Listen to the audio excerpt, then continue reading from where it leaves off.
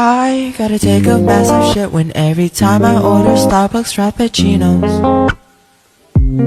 Every time I'm walking to the line, I see the same guy who's always giving espressos. I came in for a chocolate croissant. I like it better than the drinks on the menu I really don't want. I gotta take a massive shit when every time I order Starbucks Frappuccinos.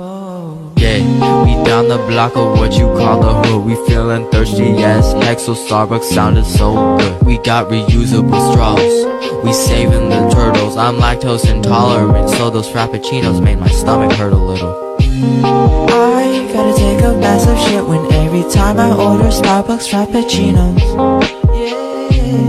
Every time I'm walking to the line, I see the same guy who's always giving espressos. I came in for a chocolate croissant. I like it better than the drinks on the menu I really don't want. I gotta take a massive